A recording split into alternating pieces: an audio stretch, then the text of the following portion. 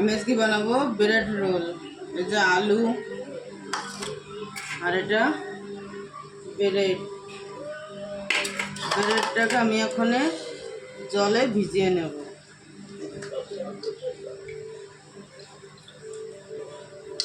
এটাকে এরকম করে জলে ভিজিয়ে নিতে হয়।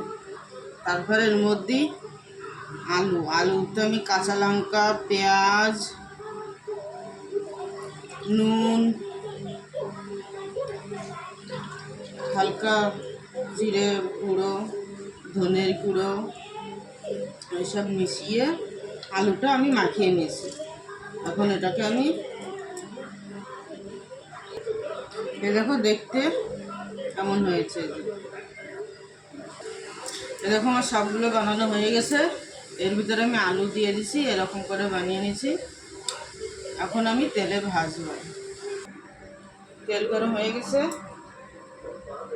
এখন আমি এগুলো দিয়ে দেবো। সবগুলো একসঙ্গে দিয়ে দেবো।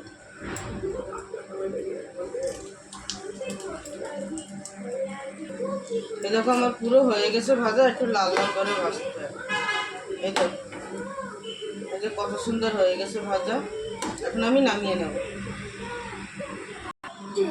দেখো আমার ব্রেড পকোড়া হয়ে গেছে, দেখো কত সুন্দর বানিয়েছি। এটা টমেটোর সস।